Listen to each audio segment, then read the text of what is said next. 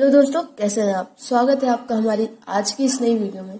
तो दोस्तों, जैसा कि आपको पिछली वीडियो में हमने यहाँ पर ग्रेविटेशनल पोटेंशियल और ग्रेविटेशनल पोटेंशियल एनर्जी के बारे में बताया था, ठीक है। तो यहाँ से हमने देखा था कि ग्रेविटेशन पोटेंशियल का जो फॉर्मूला था वो आया था -Gm/r और पोटेंशियल एनर्जी का जो फॉर्मूला आया था वो आया था -G M/m divided by r, ठीक है। तो अब यहाँ पर हम क्या करते हैं, यहाँ पर इसके नेक्स्ट टॉपिक पर आते हैं। तो यहाँ पर इसका नेक्स्ट टॉपिक है इनर्शियल और ग्रेविटेशनल मास, ठीक है। तो सबसे पहले इनर्शियल मास को समझते हैं कि इनर्शियल मास क्या होता है, और उसके बाद हम ग्रेविटेशनल मास भी समझेंगे, और फिर इन दोनों के बीच में थोड़ा सा हम कंपैरिजन भी करने वाले हैं कि इनका रेशियो अगर हम देखेंगे तो वो किसके इक्वल होता है, ठीक है। तो सबसे पहले देखिए, इनर्शियल मास है, थोड़ा सा इसके नाम से हमें ये पता चल रहा है कि ये वो मास होगा जो इनर्शिया की वजह से होता होगा, है ना। इनर्शिया मास इनर्शिया की वजह से होता होगा तो इनर्शियल मास। उसी तरीके से ग्रेविटेशनल, जैसे कि हम बात करें तो इसमें ग्रेविटेशन का कुछ रोल होगा, है ना। तो इसमें ग्रेविटेशन का कुछ रोल होगा और उसकी हेल्प से हमें मास मिल रहा होगा, तो उसको हम बोल रहे होंगे ग्रेविटेशनल मास। तो एक बार इसको समझते हैं सबसे पहले इनर्शियल मास को। तो देखिए, द एफर्ट और the force required to set the block in motion और to stop it would be same if the experiment were performed in gravity free space. देखिए, कहने का मतलब क्या है, सपोज ये हमारे पास एक ब्लॉक है, ठीक है, इसका हमने नाम दे दिया ब्लॉक बी। अब ये जो ब्लॉक है हमारे पास, ठीक है, अब इसे अगर हमें मूव करवाना है किसी भी डायरेक्शन में, या फिर ये पहले से मूव कर रहा है और इसे हमें स्टॉप करना है, दोनों ही केसेस में क्या होगा, जो हमें फोर्स लगाना है उसकी वैल्यू अगर हम ग्रेविटी फ्री स्पेस में देखें या फिर ऐसे स्पेस में देखें जहां पर ग्रेविटी है, जैसे कि अर्थ पर यहाँ पर हम देखें तो यहाँ पर ग्रेविटी है, दोनों ही केस में हम देखेंगे कि ये जो फोर्स है, जो फोर्स हमें रिक्वायर्ड है, उसकी वैल्यू सेम ही आने वाली है। तो यहां से क्लियरली हम ये कह सकते हैं कि यहाँ पर ग्रेविटी का तो कोई भी रोल नहीं है। इनर्शियल मास के केस में ग्रेविटी का कोई भी रोल नहीं है। द इनर्टनेस और रिलक्टेंस ऑफ द ब्लॉक और a material body to change its state of rest और uniform motion along a straight line is thus an inherent property of a body by virtue of its mass, which represents the inertia of body. अब देखिए, हम ये तो जानते ही हैं कि inertia क्या होता है। किसी भी बॉडी की वो इनहेरेंट प्रॉपर्टी होती है कि वो अपनी शेप, वो अपनी स्टेट को चेंज होने के लिए रिलक्टेंट होती है, मतलब कि शेप को चेंज होने नहीं देती है, स्टेट को चेंज होने नहीं देती है, ठीक है। जैसे कि अगर रेस्ट पर है तो अगर आप उसको मोशन में लाना चाहते हैं तो वो मोशन में आने में थोड़ा सा आपको फोर्स प्रोवाइड करेगी, मतलब वो मोशन में नहीं आने देगी बॉडी को। आपको एक रिक्वायर्ड वैल्यू ऑफ फोर्स लगाना पड़ेगा, तब वो बॉडी जाकर फोर्स मतलब मूव करेगी। उसी तरीके से अगर कोई बॉडी स्ट्रेट लाइन में मूव कर रही है तो अगर आपको उस बॉडी को स्टॉप करना है तब भी यहाँ पर इनर्शिया का रोल होता है, ठीक है। उसी तरीके से अगर कोई बॉडी मूव कर रही है लेकिन अगर आपको उसकी डायरेक्शन चेंज करवानी है या फिर उसको सर्कुलर पाथ पर मूव करवाना है तब भी यहाँ पर इनर्शिया का रोल होता है। क्योंकि इनर्शिया तो सिंपली होता है कि कोई भी बॉडी है वो अपनी स्टेट को, जिस भी स्टेट में है, रेस्ट में है तो रेस्ट में, मोशन में है तो मोशन में, उसको चेंज नहीं होने देती है। तो इस प्रॉपर्टी को हम बोलते हैं यहाँ पर इनर्शिया ऑफ बॉडी, ठीक है। अब हम ये देखते हैं कि जो ये इनर्शिया प्रॉपर्टी होती है बॉडी की, ये उस बॉडी के मास की वजह से होती है, ये उस बॉडी के मास की वजह से होती है, ठीक है। और यहीं से हमारे पास कंसेप्ट आता है इनर्शियल मास का, ठीक। अब जैसे कि हम यहाँ पर बात करते हैं न्यूटन सेकंड लॉ की बात करते हैं, हमारे पास क्या था, F is directly proportional to acceleration हम कह सकते हैं F is equal to m में हमारे पास आता है, यहां से आता है। बाकी यहाँ पर हमारे पास सेकंड लॉ की जो स्टेटमेंट होती है तो वो तो होती है dp by dt is directly proportional to change in momentum is directly proportional to, यहाँ पर होती है आपके पास कुछ स्टेटमेंट। तो यहां से हमारे पास निकल के आता है F is equal to M into A. ठीक है,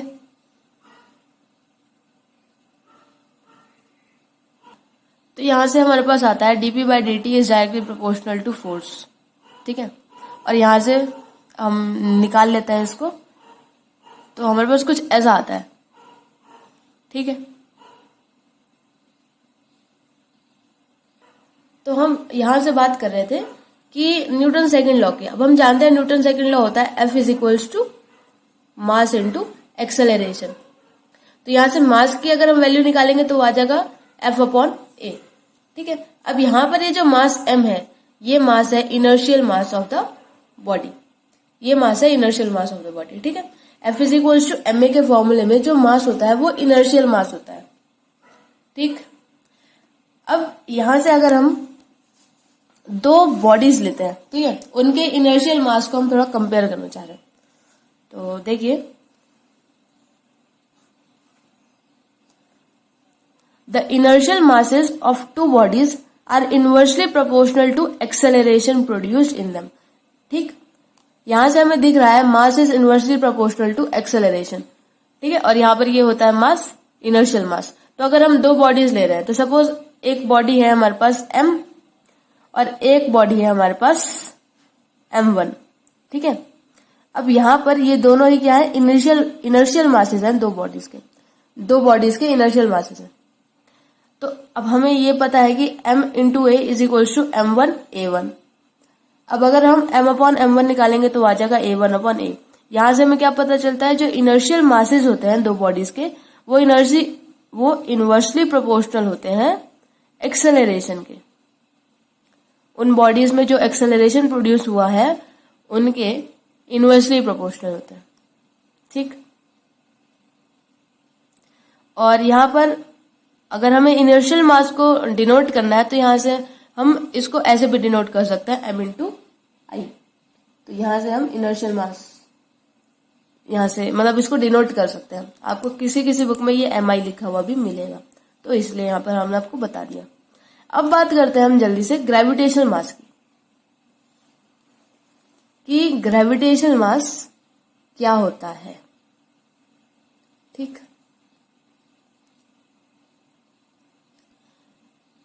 देखो, we have to exert an upward force to prevent a body from falling under the gravitational force of earth. ठीक है, कहने का मतलब क्या है, सपोज ये हमारे पास बॉडी है। ठीक है, आप ये समझ लीजिए जैसे हमने इनर्शियल मास के केस में ब्लॉक बी लिया था, तो यहां पर ये ब्लॉक बी है। ठीक है, अब अगर हम चाहते हैं कि ये ग्राउंड से थोड़ा कुछ ऊपर है, ठीक है, ग्राउंड से, ये ग्राउंड है, इससे थोड़ा कुछ ऊपर है। ठीक, अब हम चाहते हैं कि ये बॉडी ग्राउंड पर ना गिरे, मतलब नीचे ना गिरे। उसके लिए हमें क्या लगाना पड़ेगा, उसके लिए जितना फोर्स ग्रेविटी लगा रही है इस पर नीचे की तरफ, ग्रेविटी कितना फोर्स लगाती है, m इंटू जी। मास, इस ब्लॉक का मास, और जी यहां पर क्या होता है, ग्रेविटेशनल, ये होता है एक्सेलरेशन ड्यू टू ग्रेविटी, जिसकी वैल्यू होती है 9.8 मीटर पर सेकेंड स्क्वायर। तो उस फोर्स के इक्वल हमें फोर्स लगाना पड़ेगा अपवर्ड डायरेक्शन में। इससे क्या होगा, ये डाउनवर्ड जो फोर्स लग रहा है और जो अपवर्ड फोर्स लग रहा है, ये दोनों बैलेंस हो जाएंगे, तो ये बॉडी यहाँ पर इक्विलिब्रियम में आ जाएगी और ये नीचे ना ऊपर, ना नीचे जाएगी ना ऊपर जाएगी, जहां पर है वहीं रह जाएगी। ठीक है, तो यहां से हमें एक चीज समझ में आती है कि जितनी हैवियर बॉडी होगी, मतलब उसका मास जितना ज्यादा होगा, जितना ज्यादा मास होगा उस बॉडी का, उतना ज्यादा हमें यहां पर ये अपवर्ड फोर्स लगाना पड़ेगा। ये अपवर्ड फोर्स हमें उतना ज्यादा लगाना पड़ेगा ताकि ये डाउनवर्ड फोर्स और अपवर्ड फोर्स कैंसल आउट हो जाए। ठीक है, क्योंकि डाउनवर्ड फोर्स भी तो mass into acceleration due to gravity है, ये भी मास पर डिपेंड कर रहा है। जितना ज्यादा मास होगा उतना ज्यादा हमको उतना ज्यादा हमें फोर्स लगाना पड़ेगा, और जितना कम मास होगा तो उतना कम हमें फोर्स लगाना पड़ेगा, अपवर्ड फोर्स, सो दैट जो डाउनवर्ड फोर्स है और अपवर्ड फोर्स है वो कैंसिल आउट हो जाए और ये बॉडी इक्विलिब्रियम में आ जाए। ठीक है, तो यहां से एक चीज तो बहुत क्लियरली समझ में आती है कि यहाँ पर सारा खेल ग्रेविटेशन का है। इस केस में सारा खेल जितना भी है सब कुछ ग्रेविटेशन का है। यहाँ पर इनर्शिया का कोई रोल है ही नहीं, इनर्शिया का कोई पार्ट है ही नहीं। ठीक, यहाँ पर सिर्फ ग्रेविटी है, सिर्फ ग्रेविटी। ठीक है, अब वो मास देखिए, वो मास जो हम ग्रेविटेशनल फोर्स ऑफ अट्रैक्शन, मतलब अब सपोज कीजिए कि यहां पर सपोज ये अर्थ है, यहां पर एक सपोज एक बॉय है, चलिए ठीक है एक बॉय ले लेते हैं, यहां पर अर्थ है, यहां पर एक बॉय है। अब देखिए ये जो बॉय है, ये अर्थ पर कुछ ग्रेविटेशनल फोर्स लगा रहा है ना, क्योंकि हर एक बॉडी एक दूसरे पर ग्रेविटेशनल फोर्स लगाती है। उसी तरीके से जो अर्थ है वो भी इस पर ग्रेविटेशनल फोर्स लगा रही है। ठीक है ना, तो इन दोनों के बीच में ग्रेविटेशनल फोर्स लग रहा है। तो अब यहां पर जो ग्रेविटेशनल फोर्स की वैल्यू होगी जो अर्थ इस बॉय पर लगा रही है, वो इस बॉडी का मतलब वो इस बॉय का क्या हो जाएगा, ग्रेविटेशनल मास। क्या हो जाएगा, ग्रेविटेशनल मास, या फिर इसको हम वेट भी बोलते हैं। इसको हम क्या बोलते हैं, वेट भी बोलते हैं इसको हम। वेट क्या होता है, mass into acceleration due to gravity, mass into acceleration due to gravity. ठीक है, तो हम इसको ऐसे लिख सकते हैं, the mass of a body measured in terms of gravitational force of attraction on it, ठीक है, due to another body, दूसरी बॉडी की वजह से जो उस बॉडी पर ग्रेविटेशनल फोर्स की वैल्यू है, ठीक है, उसको हम यहां पर कहते हैं ग्रेविटेशनल मास। ठीक, थोड़ा सा और डिटेल में समझते हैं इसको। अब देखिए सपोज यहां पर हमारे पास 3 बॉडीज है, ठीक है, ये ए बॉडी है, ये बी है और ये सी है। अब देखिए ये ए बॉडी इस बी पर ग्रेविटेशनल फोर्स लगा रही है, ठीक है, और उसी तरीके से बी बॉडी भी ए पर ग्रेविटेशनल फोर्स लगा रही होगी। ठीक है, जिनकी वैल्यू सेम है बट डायरेक्शन अपोजिट है। ठीक है, और ये 2 अलग बॉडीज पर लग रहा है इसलिए कैंसिल आउट नहीं होता है ग्रेविटेशनल फोर्स। उसी तरीके से ये ए बॉडी सी बॉडी पर लगा रही है ग्रेविटेशनल फोर्स और सी बॉडी ए पर ग्रेविटेशनल फोर्स लगा रही है। तो जो सी बॉडी का मास है उसको हम ले लेते हैं स्मॉल एम, जो बी बॉडी का मास है। तो देखिए यहां पर जो हमारे पास बॉडी बी है, बॉडी बी का मास हम स्मॉल एम ले लेते हैं, बॉडी सी का मास हम एम डैश ले लेते हैं। ठीक है, और जो बॉडी ए है उसका मास कैपिटल एम ले लेते हैं। तो अब यहां पर हम जैसे कि यहां पर देखें फोर्स ऑफ ग्रेविटेशन देखें इन दोनों के बीच में, ए और बी के बीच में और ए और सी के बीच में। ठीक है, यहां से कंपेयर करेंगे तो यहां पर ए और बी के बीच में आ जाएगा F is equal to G capital M small m upon इनके बीच का डिस्टेंस है कैपिटल आर, तो ये हो गया आर स्क्वायर। उसी तरीके से ए और सी के बीच में देखें तो एफ डैश से डिनोट कर रहे हैं ताकि अलग रहे थोड़ा, is equal to G M into M dash, ये एम डैश है सी बॉडी का मास डिवाइडेड बाय इनके बीच का डिस्टेंस था हमारे पास कैपिटल आर, तो ये हो जाएगा आर स्क्वायर। दोनों के बीच में डिस्टेंस कैपिटल आर ही है। तो यहां से अगर हम रेशियो देखें, रेशियो अगर यहां पर हम देखें तो F अपॉन एफ डैश की वैल्यू आ जाएगी यहां से M अपॉन एम डैश। ठीक है, M अपॉन एम डैश। ठीक, और मतलब यहां से हमें ये पता चल रहा है कि जो फोर्स ऑफ ग्रेविटेशन है वो डायरेक्टली प्रोपोर्शनल होता है ग्रेविटेशनल मास के। Force of gravitation is directly proportional to gravitation mass. यहाँ पर ग्रेविटेशन मास के लिए mg लिख देते हैं हम, ठीक है। ग्रेविटेशनल मास के लिए हम यहाँ पर mg भी डिनोट करते हैं, आपको कई बुक में यहाँ पर देखने को मिल जाएगा। इनर्शियल मास के लिए mi और ग्रेविटेशनल मास के लिए mg। तो यहां से हमारे पास ये आया। अब एक बात याद रखिए कि ग्रेविटेशनल मास यहाँ पर, अगर ये बॉडी ए, ये जो बॉडी ए है, अगर अर्थ है, अगर ये बॉडी ए अर्थ है, तो यहां से हम ये जो फोर्स है मतलब mass into acceleration due to gravity है m इंटू जी, इसको हम वेट ले सकते हैं, इस चीज को हम वेट ले सकते हैं। मतलब कि ये जो फोर्स है इसको हम डायरेक्टली वेट लिख सकते हैं, ठीक, इसको हम वेट लिख सकते हैं। तो ये W जो होगा हमारे पास, उसको हम लिख देते हैं वेट ऑफ बॉडी B और W डैश लिख देते हैं वेट ऑफ बॉडी C, ठीक है। तो यहां से हम इस इक्वेशन की हेल्प से इस इक्वेशन पर पहुंचते हैं। तो फोर्स को हम लिख सकते हैं वेट और फोर्स डैश को हम लिख देते हैं W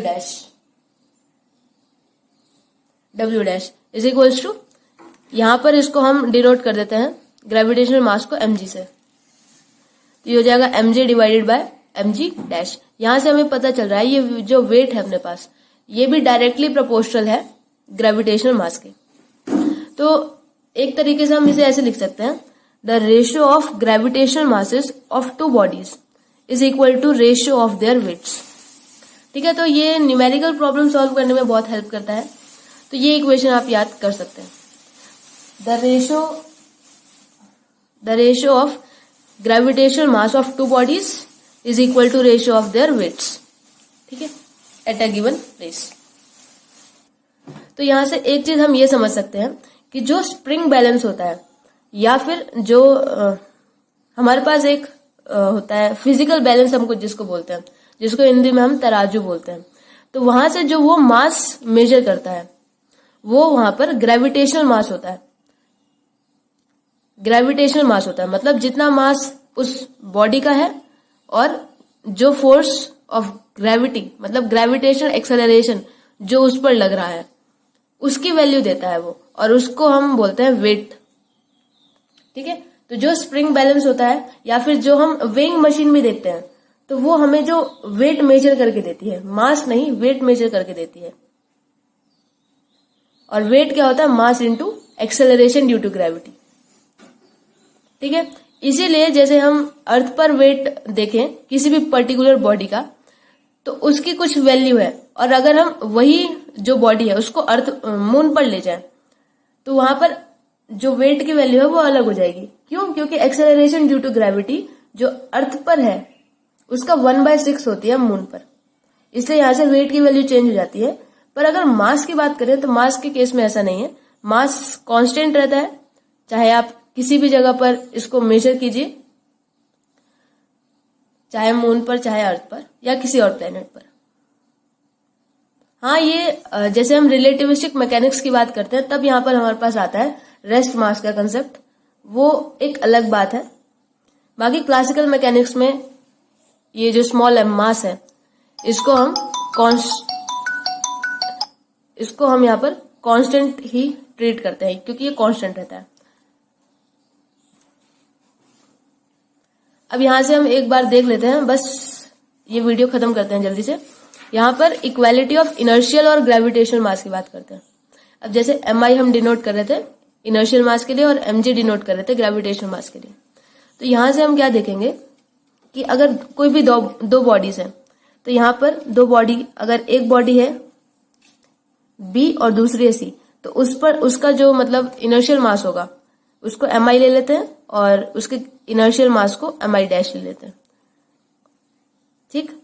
और इसी तरह mg और mg डैश जो हमने अभी निकाला था बॉडी B और C के लिए, तो यहां से हम देखेंगे कि जो mi अपॉन mi डैश वो इक्वल हो जाएगा mg अपॉन mg डैश। तो यहां से हम क्या कह सकते हैं, जो रेशियो होता है इनर्शियल मास का, दो बॉडीज के बीच में जो इनर्शियल मास है उसका जो रेशियो है वो ग्रेविटेशनल मास के रेशियो के से इक्वल है। तो यहां से हम कह सकते हैं जो इनर्शियल मास और ग्रेविटेशनल मास होता है वो प्रोपोर्शनल होते हैं एक दूसरे के लिए। तो इनका रेशियो अगर हम करेंगे तो उसकी वैल्यू यहाँ पर 1 आने वाली है।